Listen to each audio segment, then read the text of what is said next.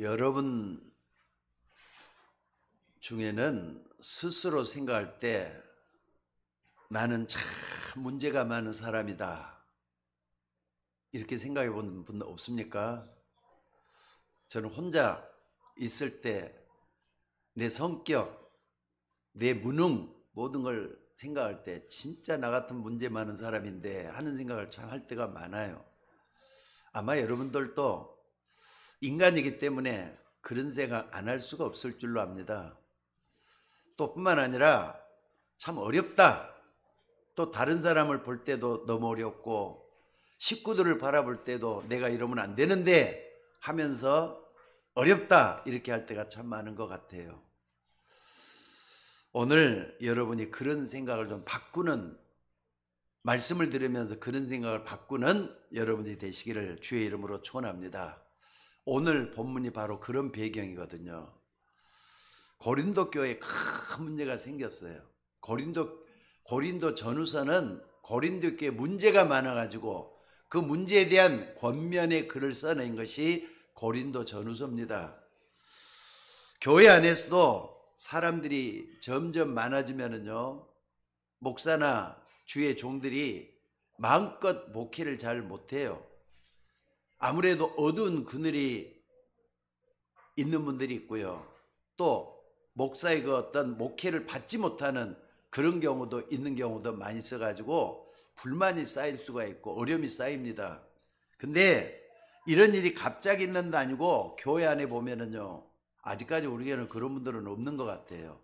근데 교회가 좀 더 커지다 보면은 문제를 일으키는 사람이 꼭 있어요. 제가 부목사로 있을 때 그런 경우를 너무나도 많이 만나봤거든요. 예를 들자면은 전에도 그런 이야기를 좀 한 것 같은데, 한 장로님이 교회 중직자들한테 돈을 빌려가지고 말이죠, 미국으로 토껴버렸어요. 그런 경우도 있었어요. 그러니까 나중에 또 나타나긴 나타났는데 죄인으로 나타날 수밖에 없는 그런 상황이 돼가지고 목사가 이걸 어떻게 해야 될지 모를 정도로 당회장 목사님이 너무나도 힘들어하는 그런 모습을 많이 봤었습니다. 사실 집에서나 직장에서나 자꾸 문제를 만드는 사람도 있거든요. 근데 그게 내가 아니면 좋을 텐데 또 따져보면은 내가 그 속에 들어갈 때가 너무 많아요. 자, 어찌됐든 고린도 교회 안에 이 사람을 욕하고 저 사람을 욕하고 심지어 바울을 비난하고 교회를 막 어지럽게 하는 이런 사람이 있었다, 이 말입니다. 근데 그게 처음에 한두 번 그럴 때는 모르는데 쌓이다 보면은 사람들이 손가락질을 하게 되잖아요. 저 사람은 교회 와서 저러면 안 되는데 왜 저런지 모르겠다. 그래가지고 바울에게 이런 모습을 가지고 이제 권면 좀 해달라고 얘기를 했던 것 같습니다.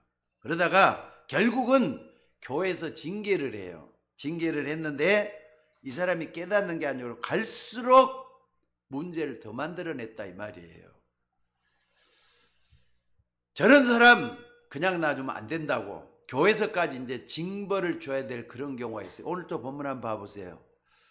이런 사람은 많은 사람에게서 벌 받는 것이 마땅하도다. 바울도 그런 얘기를 하잖아요. 이런 사람은 많은 사람에게서 벌 받는 게 마땅하다고 바울도 인정하고 사람들이 다 인정하는 그런 지경까지 돼버렸다, 이 말입니다. 그러니까 바울이 오늘 쭉 말씀을 읽어보면 뭐라 그랬습니까? 그냥 대충 용서해 주라는 거예요. 그렇게 못된 사람이 있는데 그냥 용서해 주라는 거예요. 너무 심하게 하지 말고 용서해라, 이러면서 하는 말이 맨 마지막에 뭐라 그랬습니까? 자, 우리 11절에 다 같이 한번 읽어봅시다. 자, 시작. 이는 우리로 사단에게 속지 않게 하려 함이라. 우리가 그 계책을 알지 못하는 바가 아니로다. 여러분, 이 속에 은혜 받는 여러분들이 되셔야 될 줄로 믿습니다. 우리 삶하고 똑같잖아요. 성경 얘기는요, 우리 인간의 현실을 그대로 반영을 해요. 그래야 현실 속에서 답을 찾게 만드는 게 하나님의 말씀입니다. 만약에 여러분들이 이 말씀을 우습게 알아들으면 어떻게 될 것 같습니까? 우습게 여기는 만큼 어려움이 따를 수밖에 없어요. 사단에게 속지 않도록 함이라. 이 말씀 우습게 여기면 안 됩니다. 여러분, 교회가, 우리 교회는 그래도 참 여러분들이 참 저를 잘 따라주셔서 그런 일은 없습니다만은, 많은 교회가 말이죠, 교회가 두 파, 세 파 해가지고 싸우는 교회들이 지금도 많이 있습니다. 제가 듣기만 해도 말이죠, 한국 교회가 시끄러워요. 지금도 시끄러워요. 얼마 전에 총회를 했던 교회인데도, 큰 교회인데도 말이죠, 총회에서도 서로 말이죠, 자리 다툼하고 싸우고 그런 일 때문에 벌써 매스컴에 났더라고요.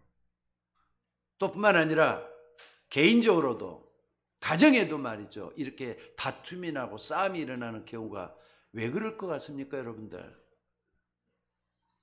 한마디로 말하자면요, 결국에서 뭐냐면 사단을 우습게 알고 사단의 역사를 가볍게 여기기 때문에 그런 일이 일어나는 거예요. 오늘 말씀에서 하나님의 음성을 들으셔야 됩니다. 마귀에게 속지 않도록 하려 함이라. 한마디로 말하자면 마귀에게 속지 않는다는 말이 뭐냐, 복음이 뭔지를 모르면은 결국은 마귀에게 속을 수밖에 없도록 되는 인간이란 말이에요. 그래서 여러분이 할 수만 있으면은 복음이 나의 복음이 돼야 돼요. 내가 이 복음을 붙잡고 기도할 수 있는 여러분들이 되셔야 돼요. 복음은 예수님이 그리스도라는 게 복음이잖아요. 예수님이 그리스도라는 것이 뭔가 나에게 복음이 돼야 된다 이 말이에요. 그러면요, 마귀를 대적할 수가 있게 돼요. 또 뿐만 아니라 재앙이 여러분에게 찾아올 수가 없어요. 또 뿐만 아니라 어떤 일이 생깁니까? 하나님을 늘 교통할 수 있는 길이 열리기 때문에 마음이 평안해요. 요 속에서 모든 일을 다 해결해야 될 줄로 믿습니다. 여러분들, 복음을 모르면은, 이게 복음이 뭔지를 모르면은, 유대인들이 있잖아요. 유대인은 복음이 뭔지를 몰랐거든요. 2000년 동안에도 복음이 뭔지를 몰랐어요. 근데 후손들이 어떻게 됐습니까? 여러분, 역사적인 진실이니까 잘 보셔야 됩니다. 역사 속에 유대인들이 어떻게 됐는가? 2000년 동안 날 없이 또 돌아다녔잖아요. 그거 우리 기독교인들도 확인하셔야 돼요. 유대인만 그럴 게 아니라 나도 교회 다니는 사람인데, 나도 예수 믿는 사람인데 나는 어떤가? 나를 바라보면서 유대인의 후손들 얘기만 하지 말고 내 자녀들에게까지 이게 미치면 안 되는데, 이런 경각심을 일으킬 수 있는 여러분이 되셔야 될 줄로 믿습니다. 그런데 복음하는 사람은 그게 기회가 돼요. 어떤 기회입니까? 하나님의 계획을 찾아낼 수 있는 기회가 된다 이 말이에요. 그래서 첫 번째가 뭐냐면은, 여러분들이 항상 문제 속에서 하나님의 계획을 찾아낼 수 있는 여러분이 되셔야 돼요. 여러분들, 세상에 일어나는 일 한번 봐보세요. 세상에 일어나는 일들이 우연히 일어난 일이 하나가 있겠습니까? 불교에서는 우연을 얘기해요. 근데 기독교의 세계에서는 우연이라는 게 단 하나도 없습니다. 그냥 일어난 일이 하나가 없어요. 잊지 마시고 말씀을 붙잡는 여러분이 되셔야 될 줄로 믿습니다. 한번 요셉을 먼저 한번 생각을 한번 해보겠습니다. 요셉의 형들이 요셉을 그렇게 괴롭혔잖아요. 그럴 수밖에 없는 게, 아버지는 똑같은데 엄마가 4명이나 돼요. 거기서 태어난 자녀들이기 때문에 전부 다 뭡니까? 서로가 말이죠, 엄마가 먼저 아마 그렇게 했을 수도 있어요. 근데 형제들이 사이가 좋을 리가 있겠습니까? 요셉은 베냐민, 맨 마지막은 베냐민, 11번째, 12번째 아들이 요셉인데, 이게 형들이 말이죠, 말만 조금만. 근데 성경을 딱 보면 창세기 37장에 보면은 아버지 야곱이 말이죠, 편애를 했어요. 요셉만 옷도 좋은 옷을 입혀주고 잘해주고 또 칭찬해주고, 요셉만 편애를 하니까 형제들이 그것 때문에 화가 나가지고, 아니 아버지는 왜 요셉만 저렇게 하느냐가 더 미워하기 시작을 한 거예요. 여러분, 어느 정도 미워했다 그랬죠? 야이 그냥 또 꼬마 묶었는데 이상한 말을 했거든요.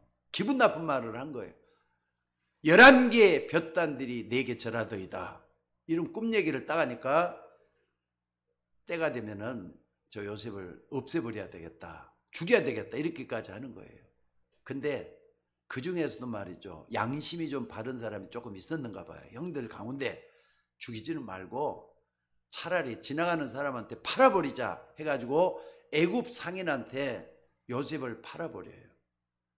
돈 몇 푼 받고 동생을 팔아넘겨버려요. 요게 성경에 나오는 최초의 인신매매입니다. 자, 여러분들, 이런 요셉이 나이가 30이 됐어요. 근데 뭐가 됐다고요? 나이 30에 애굽의 총리가 돼가고 있었다 이 말이에요. 아무런 하나님의 계획이 없었겠습니까? 17살에 요셉이 노예로 팔려갔는데 13년이 지난 후에는 애굽의 총리가 돼가고 있었어요. 이게 우연이겠습니까? 그 속에 하나님 계획이 있었다는 걸 잊어서는 안 된다 이 말입니다. 게다가 말이죠, 17살 때인데 27, 10년이 딱 지난 후에는 감옥에 또 들어가잖아요. 억울한 누명을 쓰고 감옥에 갔어요. 한번 생각해, 믿음도 좋지, 성경 법료 준수했더라 그랬어요.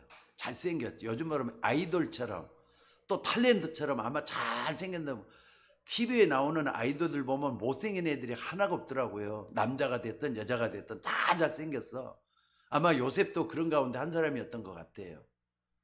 여자들이 막 따르고 여자들이 욕했을 거 아닙니까? 근데 문제는 보디발의 아내, 주인 여자가 바로 이 요셉을 유혹을 하기 시작한 거예요. 그래가지고 조용하고 은밀한 데를 데려가서 옷을 벗겼단 말이에요. 근데 그때 옷은 지난번에도 한번 그런 이야기를 한 적이 있었죠. 우리처럼 말이죠, 맥가풀 입어야만 벗을 수 있고 돼갖고 있는 거 아니에요. 통으로 돼갖고 있는 옷이에요. 아니, 주인 여자가 벗으라고 하니까 뭐 벗었더니 나중에 그냥 덤벼든단 말이에요. 그러니까 요셉이 막 도망을 갔단 말이에요. 근데 도망갈 때 어떻게 도망갔느냐? 벌거벗고서 도망을 간 것 같아요. 그러니까는 도망갈 때 주인 여자가 어떻게 하느냐? 저놈이 나를 겁탈하려고 했다, 이런 식으로 해서 고함을 빽빽 지르면서 요셉을 이제 모함을 하고 누명을 씌워버렸단 말이에요. 그러니까 잡혔잖아요. 잡혀가지고 발가벗고 있으니까 저놈이 나쁜 짓을 하다가 그렇게 됐구나, 이런 식이 된 거예요. 자, 여러분들, 그래서 요셉이 결국은 감옥에 들어간 게 27살쯤 됐을 것 같습니다. 10년 동안 노예 생활을 하다가 감옥에 들어갔어요. 요셉은 무엇보다도 기도하는 사람이잖아요. 기도 많이 하는, 변명도 안 합니다. 내가 어쩌다고 이렇게 됐단 말도 안 합니다. 불평 불만도 없어요. 여러분들, 창세기 37장부터 50장까지 다 보면은요, 요셉은 불평 한마디가 없어요. 신기하게도. 나는 거기서 참 많이 은혜를 받습니다. 말 한마디가 없어요. 그리고는 요셉이 거기서 감옥 안에서 놀라운 역사가 일어나요. 감옥 안에서도 뭐가 있었다는 겁니까? 하나님의 계획이 있었다는 것을 보여주는 거예요. 요셉은 어릴 때부터 벌써 창세기 3장 15절 여인의 후손이 내 머리를 뱀의 머리를 상하게 할 것이다, 이 복음을 할아버지, 증조 할아버지를 통해서도 쭉 들어왔을 거예요. 특히나 아버지 야곱을 통해서 창세기 3장 15절에 복음을 들었을 거예요. 이 복음을 딱 붙잡고 하나님의 계획을 보고 있었던 요셉인 걸 볼 수가 있습니다. 그러니까 여러분들, 복음할 때는요, 항상 창세기 3장 15절을 근본적으로 돌아가서 생각을 하셔야 돼요. 결국 뭡니까? 복음은 창세기 3장 하나님이 지으신 들짐승 중에 뱀이 가장 강교하더라 그랬죠. 그걸 대적할 수 있는 하나님의 비밀 병기가 복음이에요. 여러분, 이걸 딱 붙잡으셔야 돼요. 지금도 여러분이나 저나 똑같습니다. 예수 그리스도는 어제나 오늘이나 영원토록 동일하다 그랬어요. 예수님 오시기 전에는 그분이 오실 것이다 예언했다 그랬어요. 또 그분이 원한다면은 그분을 그리스도라고 증명을 하도록 신약 성경을 우리에게 줬어요. 지금은 어떻습니까? 신구약 전부 다가 우리에게 다 놓여져 있잖아요. 이걸 보고 뭘 봐느냐? 창세기 3장 15절의 비밀을 붙잡아야 되는 놀라운 역사가 여기서 생긴 겁니다.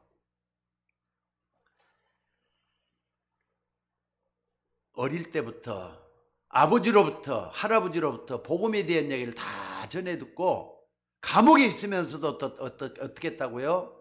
분명히 하나님이 역사할 것이다. 하나님이 그걸 붙잡고 있었던 요셉이었다는 사실입니다. 다윗도 그렇습니다. 여러분 다윗 할 때는요, 여러분들 왕이다 요것만 생각하지 어떻게 가지고 왕이 됐는가 그것도 생각을 하셔야 돼요. 원래 왕이 되기 전에 장군이었잖아요. 장군 되기 전에 목동으로 있었잖아요. 근데 골리앗과의 싸움, 골리앗과 싸움에서 나중에 어떻습니까? 승리를 하게 되는 걸 볼 수가 있습니다.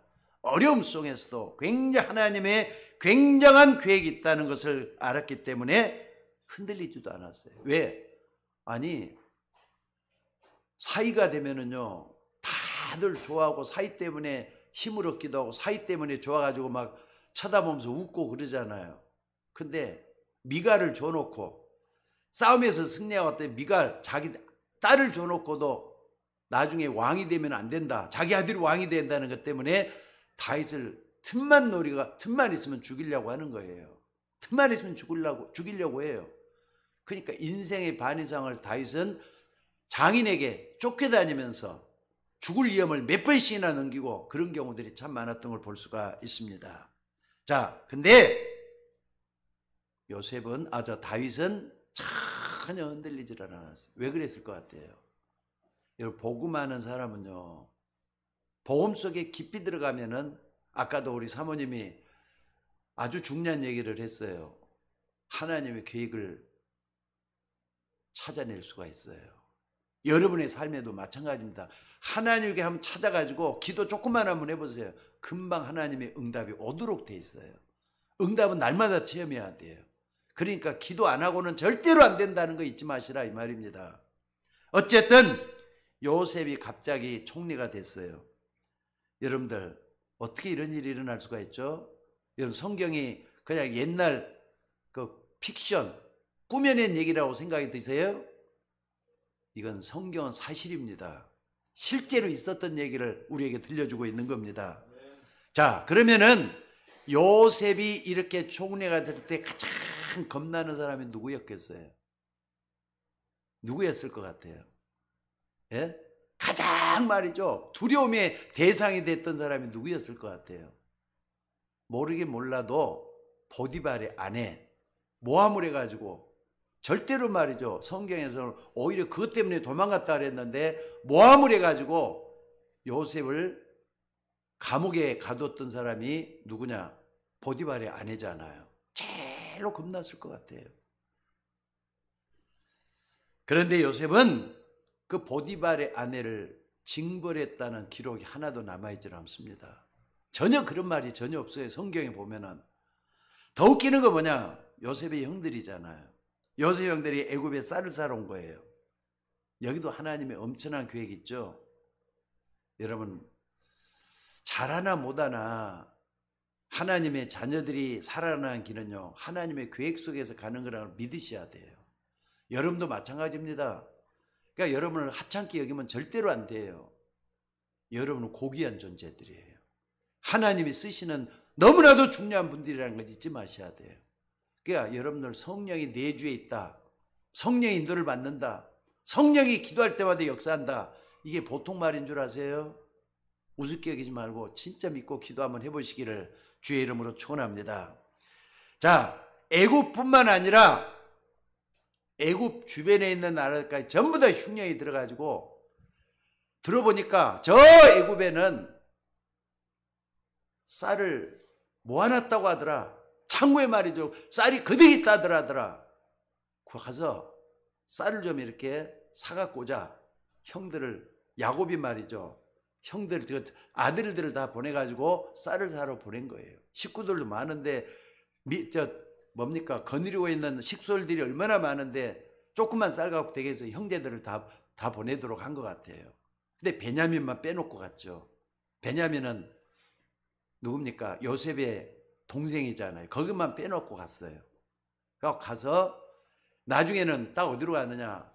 총리 앞에 전부 다 무릎을 꿇고 고개도 들지도 못하고 있는 그 가운데서 총리를 만난 거예요. 근데 총리 앞에 어떻게 고개나 제대로 듭니까? 자, 고개 푹 숙이고 쌀 좀 팔아달라고, 이렇게 쌀 좀 사게 해달라고 이렇게 하고 있는데, 근데 요셉은 이미 저 높은 총리 자리에서 말이죠, 형제들이 왔구나 하면서 그걸 다 보고 있는 거예요.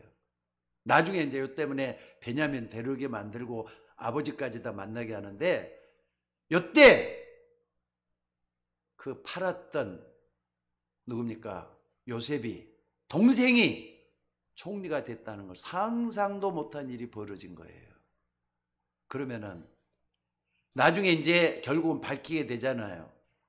내가 바로 요셉이라고 밝혔을 때 형들의 모습을 한번 상상을 한번 해보세요. 아마 자기를 팔아버렸단 말이에요. 처음엔 죽이려고 하다가 팔아버렸단 말이에요. 형들이 어땠을 것 같습니까? 사족을 못 쓰고 이제 꼼짝없이, 만약에 그때 원수를 갚은다고 하면은 자기들은 죽어야 마땅할 죄인들이 돼갖고 있는 거잖아요. 여러분들 얼마나 겁이 났겠는가. 여러분 죄 짓고 살 세상이 아닙니다. 근데 그때 요셉이 뭐라고 했느냐? 형님들은 두려워하지 말라고, 무서워하지 말라고. 형님들이 나를 판 것이 아니라 하나님이 생명을 구원하시려고 나를 앞서 보내신 겁니다. 여러분, 이 속에서 하나님의 음성을 들으셔야 돼요. 여러분들도 요셉과 같은 그런 일들이 너무 많이 당합니다. 문제, 사건, 위기 많이 당합니다. 근데 거기서 제일 무서운 게 뭐냐? 불평하는 거예요. 그리고 거기에 위기에 말이죠, 자꾸 낙심하고 절망하는 거예요. 여러분, 그렇게 하지 말고 하나님이 무엇 때문에 나에게 이런 일을 허락했을까? 이걸 찾아내셔야 돼요. 요셉은 찾아냈잖아요. 그러니까 불평 한마디가 없었다니까. 짜증 한 번 안 냈다니까. 초대교회도 한번 봐보시기 바랍니다. 하나님을 잘 믿는다고는 유대교인들이잖아요. 유대교는 엄청난 핍박을 받았던 게 초대교회입니다. 그런데 초대교인들은요 전혀 두려워하지를 않았어요. 근데 그 비밀이 어디에 있었느냐? 자, 따라서 한번 합시다. 전혀 기도하기에 힘쓰더라. 초대교인들은 기도할 줄 알았어요.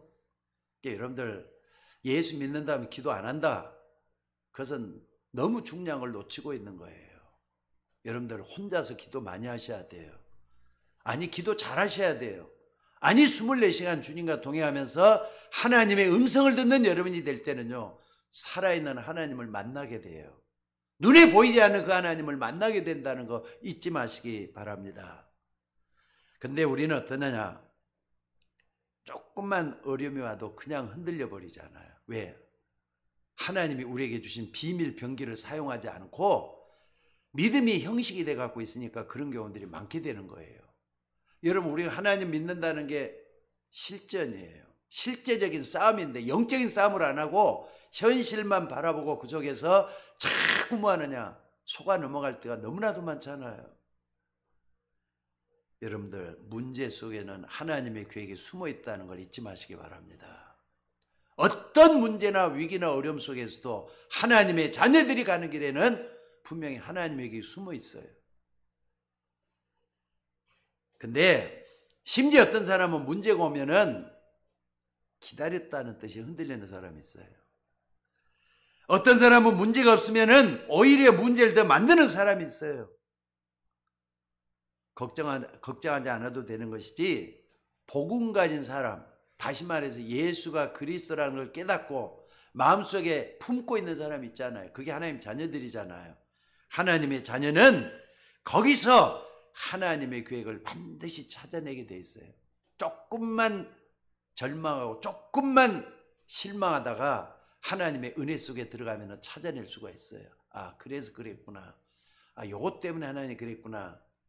저는 지난 과거를 쭉 돌아볼 때는요, 내가 하나님에 대해서 원망하고 그랬을 때가 많았거든요. 근데 지금 생각해 보니까 왜 내가 그때 원망을 했지 할 때가 참 있어요. 여러분들 마찬가지입니다. 그걸 바라보지 말고 하나님이 나를 향해서 행하신 일들을 찾아내는 여러분이 되셔야 될 줄로 믿습니다. 그래서 아까도 얘기했지만 바울은 그래요. 내가 복음을 부끄러워하지 아니하노니 이 복음은 모든 믿는 자에게 구원을 주시는 하나님의 능력이 됨이니라. 맞으면 아멘 하셔요. 복음이 여러분에게 모든 걸 다 바꿔놔요. 그러니까 여러분들이 날마다 복음 속에 깊이 들어가는 은혜 속에 거하는 여러분들이 되셔야 돼요. 다시 한 번 말씀드립니다. 기도는요, 내게 있는 여러 가지 문제들 가지고 하나님께 기도한다. 그 이전에 제일 먼저 뭐냐? 내 속에 거하시는 하나님의 말씀을 풍성하게 누리는 게 기도예요. 너희가 하나님의 성전인 것과 하나님의 성령이 너희 가운데 거하는 걸 알지 못하느냐 그랬잖아요. 내 속에 하나님의 역사가 내 속에 있다는 걸 믿고 기다리고, 또 어떤 때는 말이죠, 이것 때문에 참고 이것 때문에 용서하고. 근데 그게 바로 기도예요. 예를 들어 보겠습니다. 어느 날 우리나라가 일본에게 합병을 당해가지고 나라를 주권을 상실했잖아요. 그래서 일본에서 제일 먼저 한 일이 뭔 줄 아세요? 나라를 정리하기 시작을 해가지고 뭐 했느냐? 신사를 갖다가 심어놓은 게 제일 무서운 일이 생겼어요. 일본 신사들이 한국에 들어왔다니까요. 신사가 뭔 줄 알죠? 일본의 조상신들을 갖다가 심어놓고 거기다 절하라고 이러긴 했어요. 그러니까 여러분들, 절을 하라면은 모든 사람 다 절을 해야 되잖아요. 근데 기독교인 절을 할 수 있어요, 없어요? 예수 믿는 사람들이 없거든요. 안 했어요. 점점 핍박이 다가오고 어려움이 생기니까 야, 이러다 죽게 되겠구나 해가지고 총에서부터 말이죠, 위에 있는 총회 목사들부터 시작을 해가지고 그냥 신세했다 절을 하는 것은 죄 지는 게 아니니까 절을 해도 된다. 총회에서 가결을 하기 시작한 거예요. 여러분들, 아니거든요. 근데 목사들은 다들 이렇게 절을 하기 시작했는데 그 중에 몇몇 목사는 그건 아니다 그랬어요. 그 중에 한 사람이 누구냐? 주기철 목사님이에요. 여러분, 주기철 목사는 우리에게 뭘 남겼느냐? 죽으면 죽으리라는 유명한 말을 남겼던 사람이에요. 죽으면 죽으리라 해가지고 아니다, 왜 우리가 우상 앞에 절을 하느냐, 우상 앞에 절을 할 수가 없다, 이렇게 하니까 일본 순사들이 말이죠, 주기철 목사님 잡아간 거예요. 잡아가지고 뭐 했느냐? 채찍을 때리면서 고문을 하기 시작을 해요. 그리고 내가 믿는 하나님이 돼가지고 누구한테 그러냐? 무조건 채찍을 해가지고 다스려요. 나중에 어떻습니까? 매에 맞아가지고 옥살을 하는 겁니다. 감옥에서 죽었어요. 여러분들, 그러면은 주기철 목사 같은 분들은 어떻습니까? 바보입니까? 아니면은 주기철 목사님이 말이죠, 정신 나간 사람입니까? 아닙니다. 주기철 목사님은 그 어려움 속에 하나님의 계획이 있다는 걸 믿었던 것 같아요. 그 속에 하나님 계획이 있구나 믿어 끝까지 갔어요. 그분은 지금 하늘나라 가고 없습니다. 감옥에서 죽었기 때문에. 우리 한국으로서는 믿음의 영웅으로서 지금도 그분의 신앙이 살아나서 많은 후대 사람들에게 그분이 산 순교적인 신앙을 본받게 만들었어요. 그때부터 한국의 모든 각처에 있는 기독교인들이 살아나기 시작을 해요. 부운동이 그래부터 일어나기 시작한 겁니다.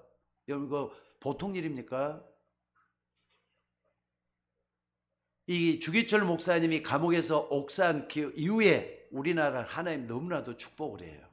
그래갖고 어떤 일이 생겼느냐? 지금은 조금 덜해요. 1980년대, 90년대만 해도 말이죠, 우리나라가 미국 다음으로 선교사를 제일 많이 보내는 나라가 됐어요.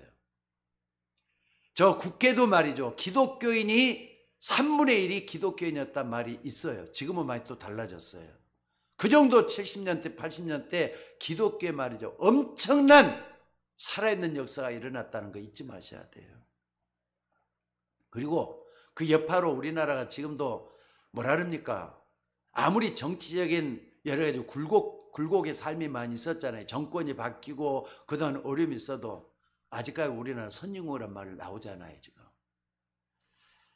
여러분들, 사람이 살아가다 보면은 큰 일, 적은 일, 이런 일, 저런 일 많이 많이 생길 수가 있습니다.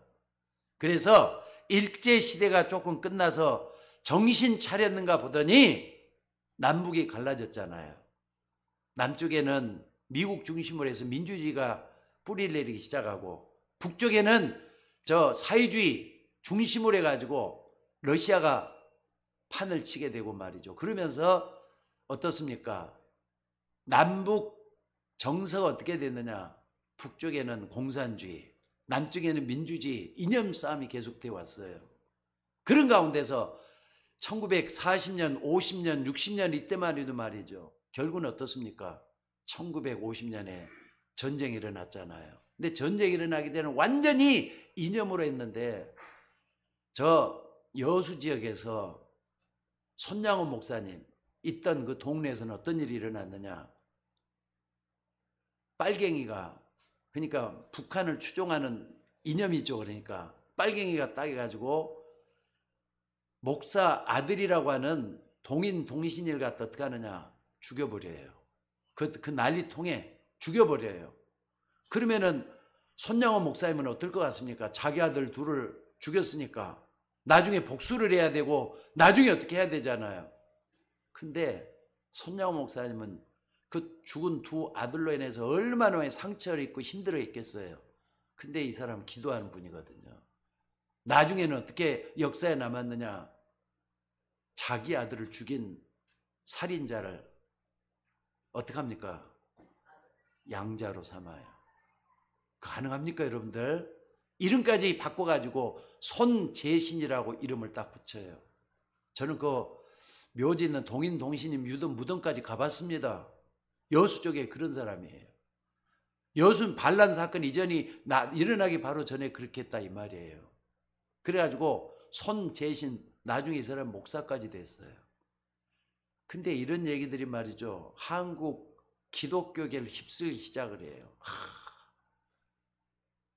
감동, 감화가 일어나더니 한국의 부운동 주기철 목사님, 손양호 목사님 그 두 분은 막 빼놓을 수가 없는 그런 사람이 된 걸 볼 수가 있습니다.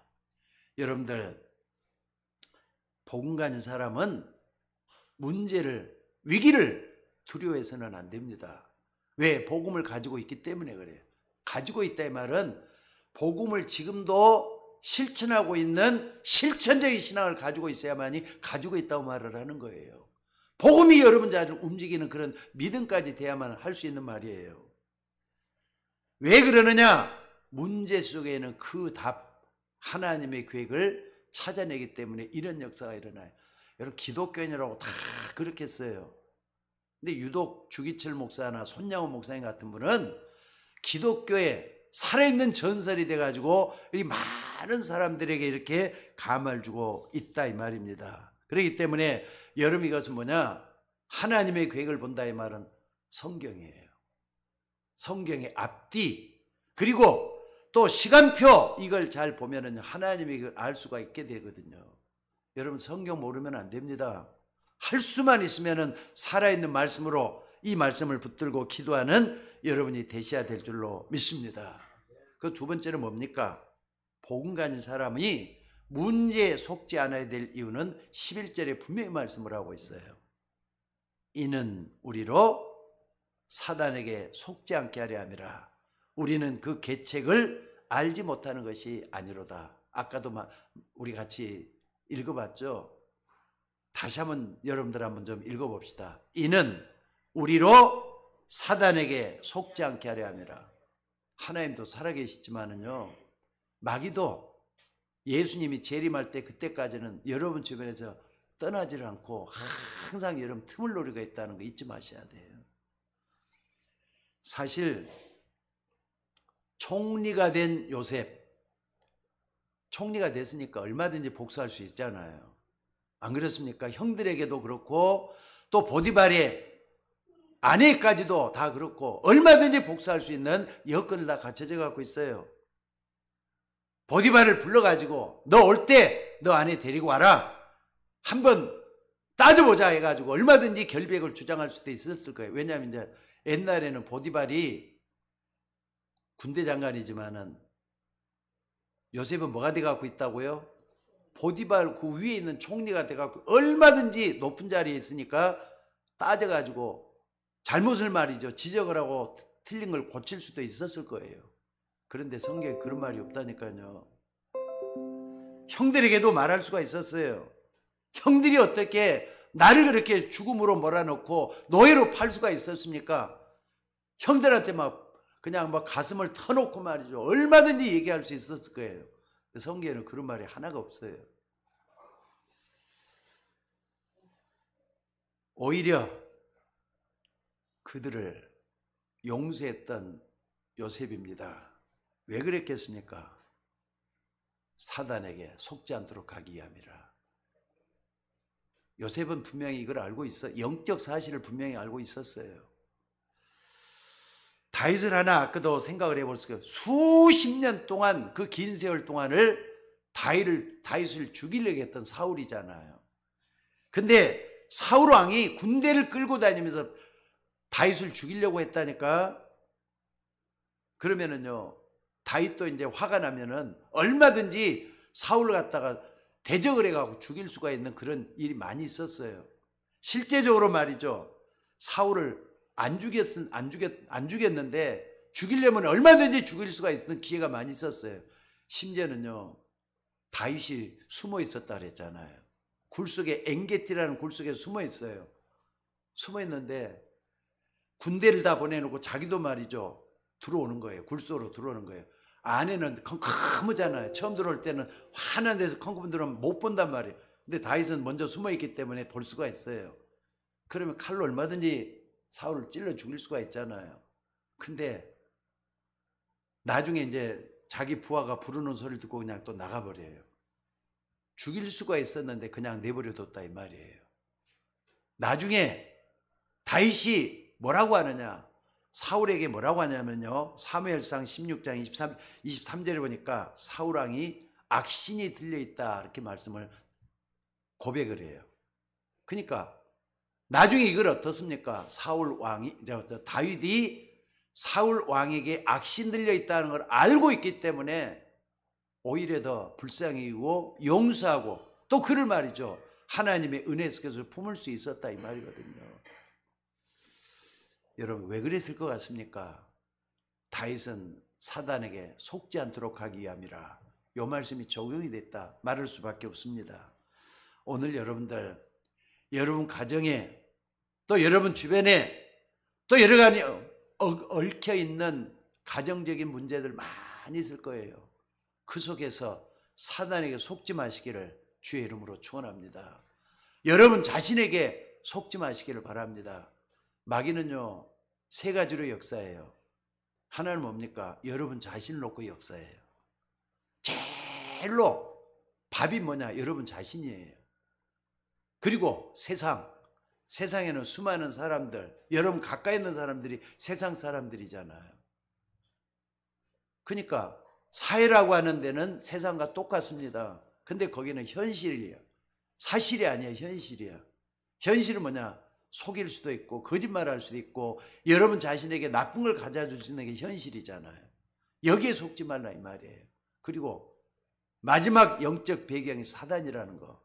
사단이 직접 여러분에게 찾아들어서 무너뜨릴 수 있다는 거 잊지 마시라 이 말입니다. 여러분이 이 마귀에게 속지 않으면은 눈에 안 보이는 굉장한 응답이 일어나기 시작을 할 것입니다. 그러니까 오늘 여러분의 생애를 놓고 내가 그동안에 속았던 부분들, 내가 그동안에 지나갔던 그분들을 잘 놓고 한번 하나님 앞에서 생각해 봐요. 예수님 그랬어요. 내가 너희에 주는 평안은 세상이 주는 것 같지 아니하다고. 여러분 속에는 예수님이 계시잖아요. 예수님이 평강의 주님이라 그랬어요. 주님이 내 안에 거하시기 때문에 나는 참아낼 수가 있다 믿으시는 여러분들 되시기를 바랍니다. 그래서 여러분 꼭 좀 기억하셔요. 왜 내가 이런 문제를 놓고 이런 어려움을 놓고 참아야 되느냐? 왜 내가 이럴 때 양보해야 되느냐? 왜 내가 이럴 때 꼭 기다려야 되느냐? 사단에게 속지 않도록 하기 위해서. 결국은 그거잖아요. 마귀에게 속으면은 일이 더 커져 버려요. 더 복잡해져 버려요. 때는 이것 때문에 다른 문제가 또 생겨요. 세 번째 더 중요한 이유가 있습니다. 복음 가진 여러분에게는 또 다른 미래가 있다는 거 잊지 마셔야 돼요. 분명히 이게 있어요. 구원받은 여러분이 지금 어려움을 당하는 것 보이지만은 반드시 하나님의 뜻과 계획이 있기 때문에 또 다른 미래가 있다는 거 잊지 마시라 이 말입니다. 베드로전서 3장 8절 12절에 이렇게 기록되어 있어요.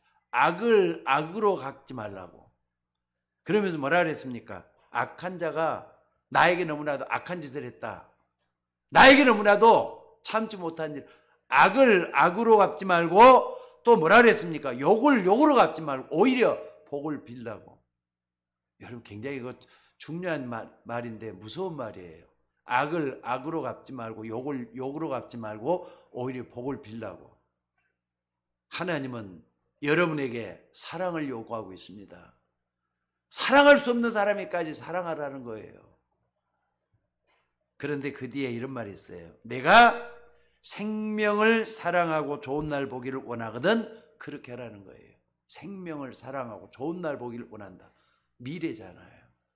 또 보이는 육신세계나 물질이 아니라 생명을 사랑하고 저 생명을 사랑하기 때문에 내가 참아야 된다. 내가 양보해야 된다. 내가 기다려야 된다 이 말이에요.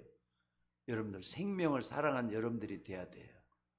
물질적인 게 아니라 세상적인 게 아니라 생명을 사랑하고 좋은 날 보기를 원하는 사람은 그렇게 하라는 겁니다. 그러면은 악한 자를 그냥 그만두라는 겁니까? 내버려 두라는 겁니까? 그게 아니에요. 12절에 이런 말씀, 그러니까는 베드로전서 3장 12절에 이런 말씀이 있어요. 여호와의 눈은 의인을 향하시고 여호와의 낯은 악인을 향하시느니라. 하나님 다 지켜보고 있다 이 말이에요. 여러분 잊지 마셔야 돼요. 하나님 다 알고 있다 이 말이에요. 여러분 지금 우리나라 국회 있잖아요. 국회에서 보면 진짜 잘못된 교육을 하고 있다고 저는 생각합니다. 저녁이 되면은요 뉴스를 딱 든단 말이에요. 제일 먼저 나라 현실에 대해서 얘기를 하는데 여야가 싸우고 있는 모습만 맨날 보여주는 것 같아요. 근데 우리들의 자녀들이 그거 보고 제대로 배우겠어요 그거? 국회에서 그래도 지성인들이라고 하는 저 사람들이 국회에서 싸우고 있는데, 아니 국회에다가 사람들을 보내놓으면은요 틀린 건 틀린 거고 맞는 건 맞는 거고 이렇게 따져가지고 법을 제대로 만들어내라고 해서 국회로 보낸 건데, 이 사람들이 법을 만들고 국민들의 복리 증진을 위해서 일을 해야 되는 그게 아니라 당리 당략에 치우쳐가지고 우리 당이 어떻게 하면은 이익이 되느냐 이것만 따지고 있는 게 국회의원들이잖아요. 나는 여가 됐든 야가 됐든 별로 안 좋아해요. 여러분 이걸 잘 생각을 해보세요. 근데 일본이라든지 미국 같은 데서는요 서로 민주당이라든지 공화당이 서로 싸우잖아요. 싸우면은 더 이상 이것은 안 되겠다 싶은 것은 접는데요. 근데 우리나라는 그렇게 싸움을 안 돼요. 희한해요 우리나라는. 지금도 보면은 우리나라 보수 측, 진보 측 해가지고 끊임없이 싸우잖아요 지금. 너무 심각하게 대립을 하고 있는데 이거 못 넘어서면은요 진짜 우리나라 큰일 날 것 같아요. 보수, 진보. 보수가 똑똑하면 얼마나 똑똑합니까? 진보가 잘났으면 얼마나 잘났습니까? 이것 때문에 나라가 두 쪽 나잖아요 지금. 남북이 그러는데 동서까지 갈라져 갖고 있는 그런 상황이 돼 갖고 있는 게 우리나라 현실이에요. 여러분들 우리는 꼭 기억을 해야 돼요. 사단에게 우리가 속지 않아야 돼요. 마귀가 우리를 계속해서 공격하는데 내 잘난 것만 가지고 자랑해서도 안 되고 그걸 주장을 해서도 안 된다는 걸 볼 수가 있어요. 우리는 하나님 앞에, 하나님 말씀 앞에서 가지고 그걸 볼 수 있는 눈이 열려져야 될 줄로 믿습니다. 더 중요한 건 뭐냐? 중요한 미래가 있잖아요. 분명히 중요한 미래가 있잖아요. 유대인들도 이걸 볼 수 있어져야 됐어요. 우리가 좀 보면은요, 사실 이런 일이 있은 지 얼마 안 있어서 이스라엘은 주 70년경에 멸망당해 버렸어요.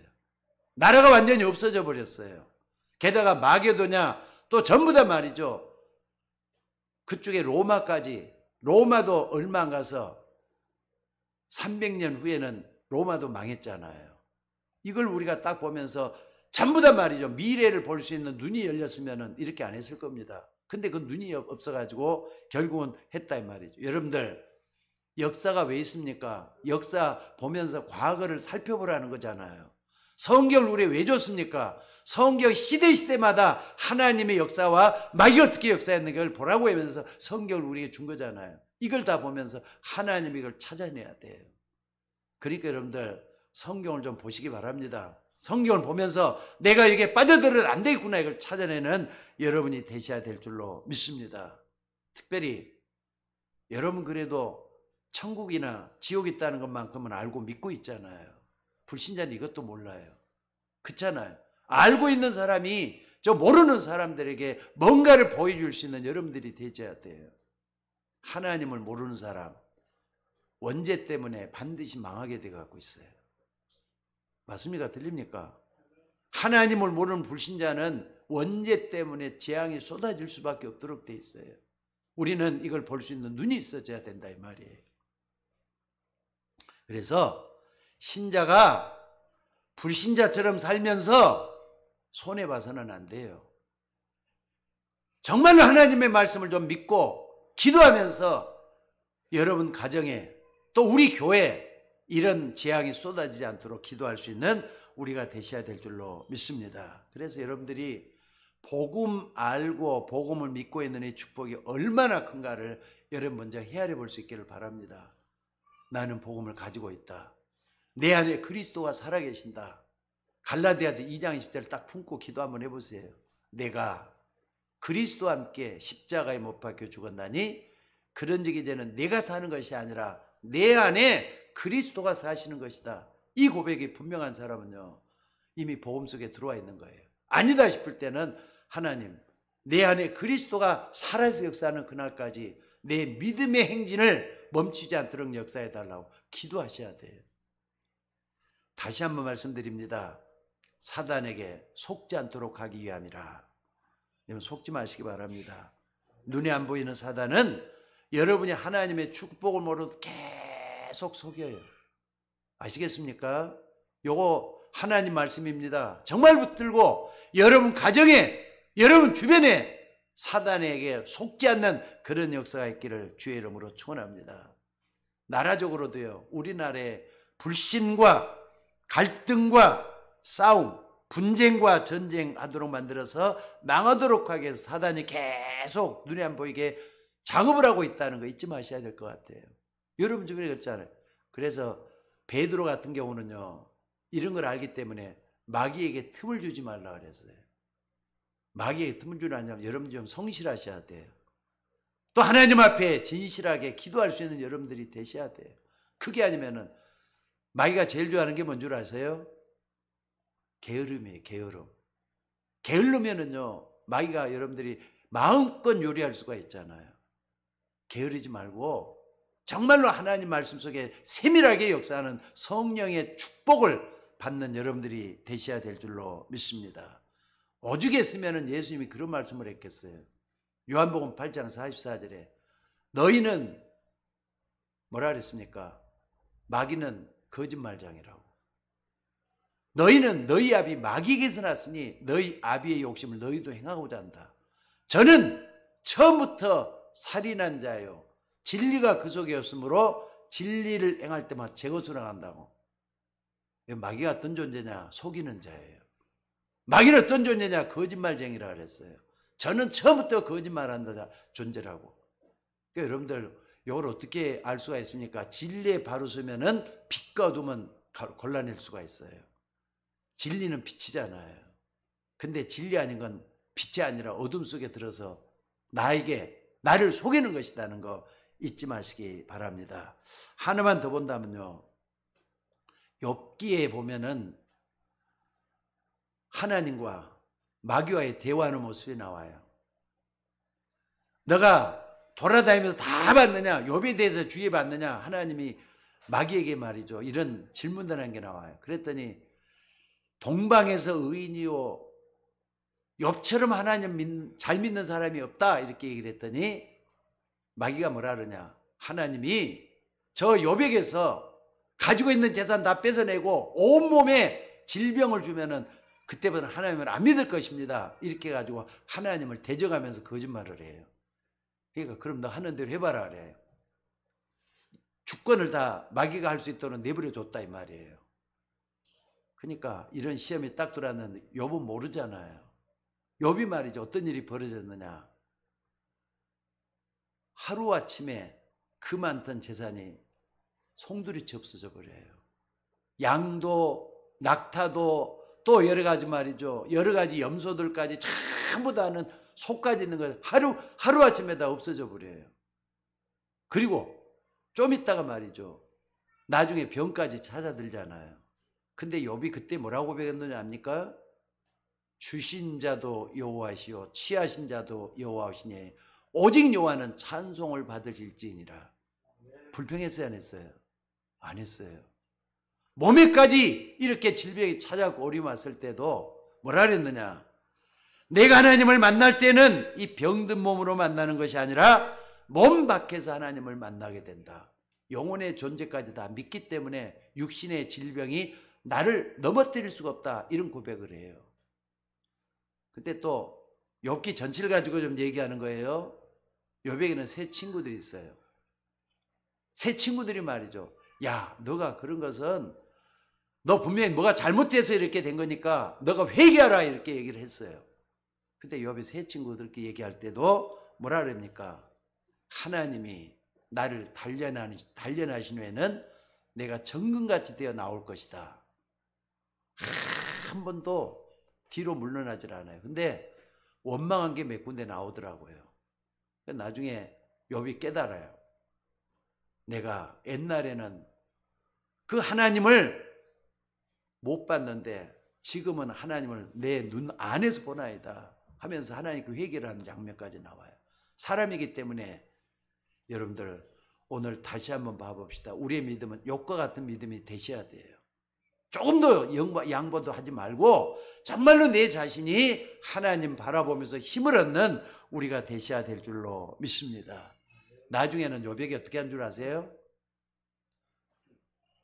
아들들이 있었는데 10명이나 되는 아들, 딸 2배로 축복을 해요. 10명을 또 줘요. 그리고 재산 배로 다 줘요. 하나님 다 축복 다 했어요. 믿음의 시험 다 지나고 난 하나님 다 축복을 했어요. 하나님 계획은 뭐였느냐? 이 욥기를 통해서 많은 사람, 이 땅에 있는 수많은 사람들에게 하나님을 어떻게 믿는 것이 바로 믿는 것이 가르쳐주는 교훈이 되고 있어요. 오늘 여러분들이 이걸 잊지 마시고 정말 하나님의 은혜 속에 들어가서 나를 객관적으로 볼 수 있는 눈이 열리기를 주의 이름으로 축원합니다. 다시 한번 결론적으로 말씀드립니다. 사단에게 속지 않도록 하기 위해서 바울은 말이죠. 고린도 교회를 향해서 이런 교훈을 주셨어요. 여러분도 마찬가지입니다. 한 주 동안 살아가면서 마귀에게 속지 마셔요. 마귀는 지금도 역사하고 있어요. 교회만 나서면은 그래도 교회에서 말씀 듣는 때가 제일로 하나님 가까이 대할 수 있는 시간이잖아요. 또 집에만 가면은 또 직장에만 가고 세상에 나가기만 하면은 마귀가 여러분 틈을 노리고 있다는 거 잊지 마셔야 돼요. 피곤한 인생이잖아요. 그러나 내가 주는 평안은 세상에 주는 것 같지 않다고 하는 예수님의 말씀을 붙잡고 말씀이 여러분 속에 임할 수 있기를 주의 이름으로 축원합니다. 하나님은 여러분의 하나님이잖아요. 예수님은 여러분의 주님이시잖아요. 주님이 이기게 만들어 주실 줄로 믿습니다. 그래서 저는 이 말씀을 참 좋아해요. 히브리서 11장 6절 하나님께 나가는 사람은 반드시 그가 계신 것과 그가 자기를 찾는 자들에게 상 주시는 이심을 믿어야 할지니라. 기도하겠습니다. 하나님 오늘도 은혜를 감사합니다. 저희가 모시간 뒤처럼 사랑하셔서 영원 전부터 계셨던 말씀을 우리들에게 다시 들려주셔서 힘을 얻게 하시고 미래의 방향을 붙잡고 오늘을 붙잡게 하시니 감사를 드립니다. 오늘 또 주의 종들이 예배를 마치고 세상으로 돌아가고 가정으로 돌아갈 때 온갖 시험, 환난, 어려움들이 나를 엄습해서 넘어지게 할 때가 한두 번이 아닙니다. 마귀에게 속지 않도록 하나님 힘을 더하여 주옵소서. 말씀을 더하여 주시옵소서. 하나님이 함께하는 축복을 누리게 하여 주시옵소서. 그래서 다음 주일날 교회 올 때는 하나님 앞에 참으로 힘을 얻고 주의 전에 나와서 간증할 수 있는 주의 종들 되도록 인도하여 주옵소서. 우리를 구원하신 예수님의 이름으로 기도드리옵나이다. 아멘.